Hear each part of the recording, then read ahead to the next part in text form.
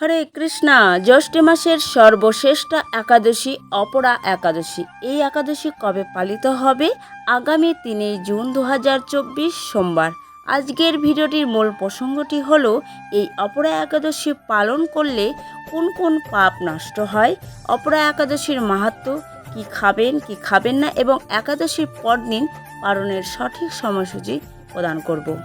ভিডিওটি মনোযোগ সহকারে দেখুন, আশা করি আপনার জীবনে সমৃদ্ধি আনবে। ভিডিওতে যাওয়ার আগে আপনাদের কাছে অনুরোধ রইল, ভিডিওতে একটি লাইক করুন এবং কমেন্ট বক্সে অবশ্যই জয় শ্রীকৃষ্ণ লিখুন। জয়া বিপুল ব্লগ চ্যানেলটি সাবস্ক্রাইব করা না থাকলে তাহলে সাবস্ক্রাইব করুন, বেল নোটিফিকেশনটি বাজিয়ে দিন এরকম তথ্যমূলক ধর্মীয় ভিডিও সবার আগে পেতে। তো এই একাদশী ব্রত কিভাবে পালন করবেন, কি খাবেন কি খাবেন না এ বিষয়ে সংক্ষিপ্ত আলোচনা করব। সঙ্গে সংকল্প মন্ত্র পালনের মন্ত্র আমরা প্রদান করব।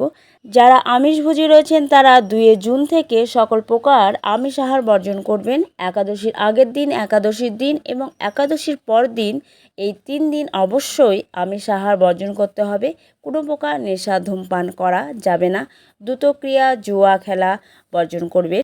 একাদশীর আগের দিন অবশ্যই ভগবানের চরণে তুলসী পত্র অর্পণ করে সংকল্প করে ভগবানের কাছে প্রার্থনা নিবেদন করবেন। একাদশীর সংকল্প মন্ত্রটি প্রদান করা হলো, আপনারা দেখে নিন। হে ভগবান, আগামীকাল অপরা একাদশী ব্রত পালন করতে ইচ্ছুক, আপনি আমাকে কৃপা করবেন। এইভাবে আপনি ভগবানের কাছে প্রার্থনা করবেন। একাদশীর আগের দিন কিন্তু প্রসাদ গ্রহণ করবেন, আমিষ আহার করবেন না। এবার জেনে নেওয়া যাক একাদশীর দিন কি গ্রহণ করবেন আর কি গ্রহণ করবেন না। একাদশীর দিন সকল প্রকার রবি শস্য বর্জন। একাদশীর দিন কাউন, শ্যামা, ডালিয়া, আটা, ময়দা, সুজি, চাল এই সকল প্রকার রবি শস্য বর্জন। যারা নির্জলা একাদশী ব্রত পালন করছেন সেটা সর্বোত্তম। যদি সম্ভব না হয় জেনে নিন একাদশীতে কি গ্রহণ করা যাবে। ফল, জল, দুধ, কাজু বাদাম, কাঠবাদাম, মিষ্টি আলু, সেদ্ধ আলু, সবজি এবং কাঁচা কলার সবজি, সাবুর খিচুড়ি, সাবুর পায়েস, সাবুর পাকোড়া, আলুর চিপস ইত্যাদি গ্রহণ করতে পারবেন। সবজি রান্নাতে ধ্যান রাখবেন বিশুদ্ধ ঘি কিংবা সানফ্লাওয়ার তেল দিয়ে রান্না ব্যবহার করবেন। একাদশীর দিন রান্নার ব্যবহারে কখনোই সয়াবিন তেল এবং সরষের তেল ব্যবহার করা যাবে না, কারণ এগুলো পঞ্চরবি শস্যের অন্তর্গত। আমরা জেনে নিলাম কি গ্রহণ করা যাবে আর কি গ্রহণ করা যাবে না। একাদশীর দিন অবশ্যই প্রাতকালে গঙ্গা স্নান, মঙ্গল আরতি, হরিনাম জপ করবেন, পূজা অর্চনা, তুলসীকে সেবা এবং জলদান, পরিক্রমা প্রণাম করবেন। একাদশী সহ রবিবার সহ 365 দিন প্রতিদিন জলদান করতে হয় তুলসী মহারানীকে, শাস্ত্রে উল্লেখ রয়েছে। শাস্ত্র অধ্যয়ন করবেন, গীতা পাঠ করবেন, একাদশী ব্রত মাহাত্ম্য পাঠ বা শ্রবণ করবেন। এইভাবে একাদশী ব্রত নিষ্ঠা সহকারে পালন করুন ভগবানের প্রীতি বিধানের জন্য। এবং পরদিন পালন করতে হবে সঠিক সময় অনুযায়ী অন্ন বা রুটি গ্রহণ করে, তারপর ব্রত ভঙ্গ করতে হবে। যেহেতু একাদশীতে পঞ্চরবি শস্য বর্জন, তাই একাদশী ব্রতের পরদিন পঞ্চরবি শস্য গ্রহণ করে ব্রত সমাপ্ত করতে হয়। একাদশী পারণ মন্ত্র। অজ্ঞান তিমিরান্ধস্য বতন্নান কেশব প্রসিদ্ধ সুমুখনাথ জ্ঞানদৃষ্টি পদভব। এই মন্ত্র উচ্চারণ করে ব্রত ভঙ্গ করতে হবে। চলুন জেনে নেওয়া যাক অপরা একাদশীর মাহাত্ম্য কথা। মহারাজ যুধিষ্ঠির শ্রীকৃষ্ণকে বললেন, হে কৃষ্ণ, জ্যৈষ্ঠ মাসের কৃষ্ণপক্ষিয়া একাদশীর নাম কি এবং তার মাহাত্ম্যই বা কী? আমি শুনতে ইচ্ছা করি, আপনি অনুগ্রহ করে তা বর্ণনা করুন। শ্রীকৃষ্ণ বললেন, হে মহারাজ, মানুষের মঙ্গলের জন্য আপনি খুব ভালো প্রশ্ন করেছেন। বহু পুণ্য প্রদানকারী, মহাপাপ বিনাশকারী ও পুত্র দানকারী এই একাদশী অপরা নামে খ্যাত। এই ব্রত পালনকারী ব্যক্তি জগতে প্রসিদ্ধ লাভ করে।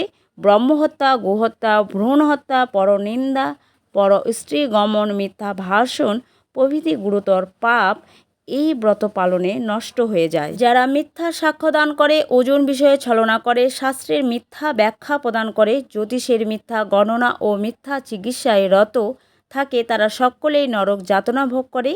এ সমস্ত ব্যক্তিরাও যদি এই ব্রত পালন করে তবে তারা সমস্ত পাপ থেকে মুক্ত হয়। ক্ষত্রিয় যদি স্বধর্ম ত্যাগ করে যুদ্ধক্ষেত্র থেকে পালিয়ে যায় তবে সে ঘোরতর নরকগামী হয়, কিন্তু সেও এই ব্রত পালনে মুক্ত হয়ে স্বর্গগতি লাভ করে।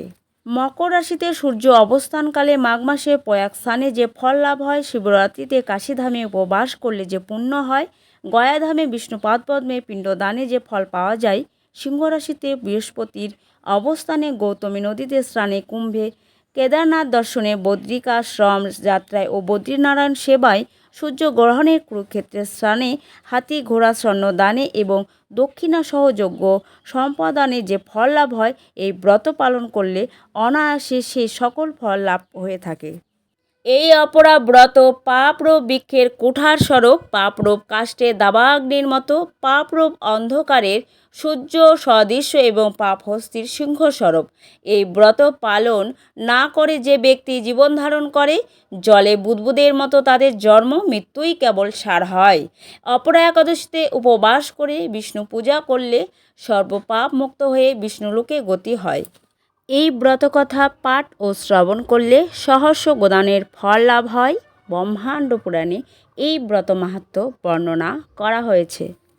পরদিন পালন কখন করবেন? অপরা একাদশীর পরদিন পালনের সঠিক সময়সূচি হল 4 জুন 2024 মঙ্গলবার সকাল 4:51 থেকে 9:20 পর্যন্ত। অপরা একাদশী ব্রত কবে, কিভাবে পালন করবেন, কি গ্রহণ করবেন, কি গ্রহণ করবেন না এবং একাদশীর মাহাত্ম্য কথা, একাদশীর সংকল্প মন্ত্র, পালন মন্ত্র সকল বিষয়ে আপনারা তথ্য জানতে পারলেন। আশা করি ভিডিওটি ভালো লেগেছে। ভালো লাগলে একটি শেয়ার করবেন। আজ আসি, দেখা হচ্ছে নতুন কোনো ভিডিওতে। ততক্ষণে সকলেই ভালো থাকুন, সুস্থ থাকুন। সকলকে ধন্যবাদ। হরে কৃষ্ণা।